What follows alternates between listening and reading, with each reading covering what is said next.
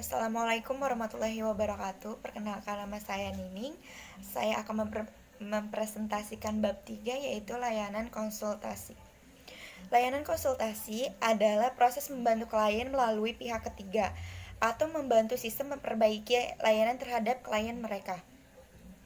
Bentuk yang pertama biasanya disebut konsultasi triadik atau konsultasi tiga pihak. Konsultasi ini sangat efektif untuk menangani orang tua yang memiliki anak-anak bermasalah atau guru-guru yang menghadapi siswa-siswa bermasalah. Lalu layanan konsultasi atau KSI merupakan layanan konseling yang dilaksanakan oleh konselor terhadap seorang pelanggan.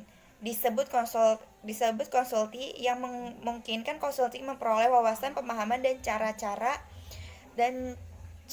yang perlu dilaksanakannya dalam menangani kondisi atau permasalahan pihak ketiga. Lalu ada tujuan. Yang pertama ada tujuan umum. Konsulti atau KSI bertujuan agar konsulti dengan kemampuannya sendiri dapat menangani kondisi alat permasalahan yang dialami pihak ketiga. Lalu yang kedua ada tujuan khusus. Kemampuan konsulti yaitu tujuan khusus, yaitu kemampuan konsulti sendiri yang dimaksudkan di atas dapat berupa wawasan, pemahaman dan cara-cara bertindak yang terkait langsung dengan suasana atau permasalahan pihak ketiga. Lalu ada komponen. Di dalam komponen ini ada beberapa bagian. Yang pertama yaitu konselor, konsulti, dan pihak ketiga. Konselor adalah tenaga ahli konseling yang memiliki kewenangan melalui pelayanan konseling pada bidang tugas pekerjaannya. Lalu ada konsulti. Konsulti adalah individu yang meminta bantuan kepada konselor agar dirinya mampu menangani kondisi dan atau permasalahan pihak ketiga. Lalu ada pihak ketiga. Pihak ketiga adalah individu atau individu-individu yang kondisi atau permasalahannya dipersoalkan oleh konsulti. Lalu ada asas. Asas ini terdapat beberapa bagian. Yang pertama ada etika dasar konseling. Tiga etika dasar konseling yaitu kerahasiaan, kesukarelaan, dan keputusan diambil oleh klien sendiri sepenuhnya berlaku pada proses konsulti dalam layanan KSI. Apabila suatu keputusan telah diambil oleh konsulti, baik keputusan itu sudah tepat, apalagi kalau tampaknya kurang tepat, hal yang perlu dilakukan oleh konsulti ialah mendiskusikan lebih lanjut keputusan yang diambil konsulti itu. Lalu diskusi dan analisis lebih lanjut akan membahas semua hal tersebut. Yang kedua ada kemandirian. Ada beberapa hal yang terkandung di dalam kemandirian, yaitu apa yang dilakukan oleh konsulti dalam layanan KSI terhadap keputusan yang diambil konsulti sama dengan yang dilakukan oleh konselor dalam layanan konseling perorangan, dimaksud agar konsulti atau klien benar-benar mandiri. Konsulti atau klien diharapkan mencapai tahapan-tahapan kemandirian, yaitu yang pertama ada memahami dan menerima diri sendiri secara positif. Yang kedua, memahami dan menerima lingkungan secara objektif, positif, dan dinamis. Yang ketiga, mengambil keputusan secara positif dan tepat. Yang keempat, ada mengarahkan diri sesuai dengan keputusan yang diambil. Yang kelima, mewujudkan diri sendiri.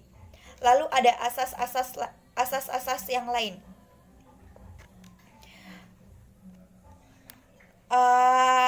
Uraian di atas, uraian yang saya telah jelaskan tadi, yaitu telah mengetengahkan asas-asas kerahasiaan, kesukarelaan, keterbukaan, dan kemandirian. Ada beberapa asas lainnya, yaitu asas kegiatan, asas kekinian, kedinamisan, keterpaduan, kenormatifan, keahlian, ahli tangan, dan tutwuri handayani. Lalu ada pendekatan, strategi, dan teknik. Yang pertama ada pendekatan. Berpendapat pokok antara layanan konseling perorangan dan layanan konsultasi adalah pada konseling perorangan menangani masalah klien langsung dilakukan oleh konselor, sedangkan pada konsultasi penanganan masalah pihak ketiga yaitu seseorang atau sejumlah individu yang mengalami masalah dilakukan oleh konsulti setelah berkonsultasi dengan konsultan atau konselor. Lalu sebagai pihak pertama dalam layanan konsultasi bertujuan pada dua pihak. Yang pertama, pihak kedua, yaitu konsulti yang melalui proses konsulti kemampuannya akan dikembangkan sehingga mampu melayani pihak ketiga. Yang kedua, ada pihak ketiga, yaitu seorang atau lebih individu yang menuruti konsulti yang memahami masalah. Lalu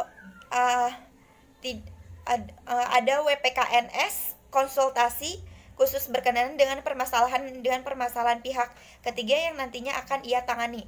Yang pertama ada wawasan, pengetahuan, keterampilan, nilai, sikap. Lalu ada warna konseling perorangan dalam layanan konsulti.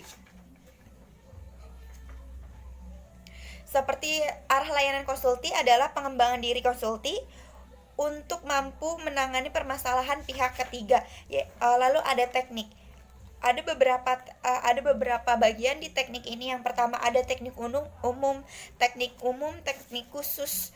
Ada teknik umum dan teknik khusus. Yang pertama ada teknik umum. Teknik umum yaitu sejumlah tindakan yang dilakukan konselor atau konsultan. Yang kedua ada teknik khusus. Teknik khusus dimaksud untuk mengubah tingkah laku klien atau konsulti khususnya berkenaan dengan masalah yang dialami. Lalu ada penguasaan teknik oleh konsulti. Sebagai kelanjutan proses konsultasi akan melakukan berbagai kegiatan dalam rangka menangani permasalahan pihak ketiga. Lalu ada strategi BMB3.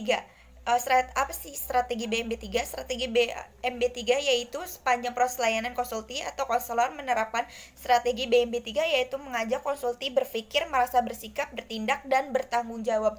Lalu ada waktu dan tempat. Sebagaimana dalam melaksanakan konseling perorangan, waktu dan tempat melaksanakan layanan KSI sangat tergantung pada kesempatan antara konselor atau yang menjadi konsultasi dan konsulti. Lalu ada keterkaitan. Keterkaitan itu dibagi atas beberapa jenis, yaitu ada keterkaitan jenis layanan, keterkaitan kegiatan pendukung. Keterkaitan jenis layanan tampaknya layanan KSI tidak hanya dapat diwarnai oleh konseling perorangan, melainkan dapat diawali dengan atau bahwa bergeser menjadi konseling perorangan. Lalu dalam pelayanan konseling dikenal dalam jenis kegiatan pendukung yaitu aplikasi instrumen, himpunan data, konferensi khusus, kunjungan rumah, tampilan khusus, dan ahli tangan khusus. Itu keterkaitan kegiatan pendukung. Lalu aplikasi instrumen. Hasil aplikasi instrumen seringkali diperlukan untuk mendalami kondisi pribadi pihak ketiga atau yang masalahnya dibahas dalam konsultasi. Lalu ada himpunan data. Himpunan data yang menyebutkan permasalahan yang dibahas konsulti atau yaitu masalah yang dialami pihak ketiga mungkin telah tersedia dalam himpunan data. Lalu ada konferensi khusus. Yaitu konferensi khusus diselenggarakan pada lembaga yang di dalamnya terdapat sejumlah personalia atau individu yang kedudukan dan atau wewenang yang tidak sama. Lalu ada kunjungan rumah. Tujuan kunjungan rumah sejalan dengan tujuan konferensi khusus, yaitu lebih mendalami masalah yang ditangani dan membina komitmen pihak-pihak yang terkait dengan masalah yang dialaminya. Lalu ada tampilan perpustakaan. Tampilan perpustakaan diselenggarakan dengan meminta konsulti membaca buku atau artikel. Lalu ada alih tangan khusus. Alih tangan khusus yaitu dilakukan apabila masalah pihak ketiga yang dibawa konsulti adalah masalah yang tidak menjadi kewenangan konsultan untuk keterlibatan penanganannya. Lalu ada operasionalisasi layanan konsultasi. Layanan konsultasi hendaklah dilaksanakan secara tertib dan lengkap dari perencanaan sampai dan penilaian dan tidak selanjutnya. Lalu yang pertama ada perencanaan dan perorganisasian, yang kedua pelaksanaan, yang ketiga penilaian, lalu yang keempat tindak lanjut dan laporan. Sekian presentasi yang telah saya berikan, kurang lebihnya mohon maaf. Wassalamualaikum warahmatullahi wabarakatuh.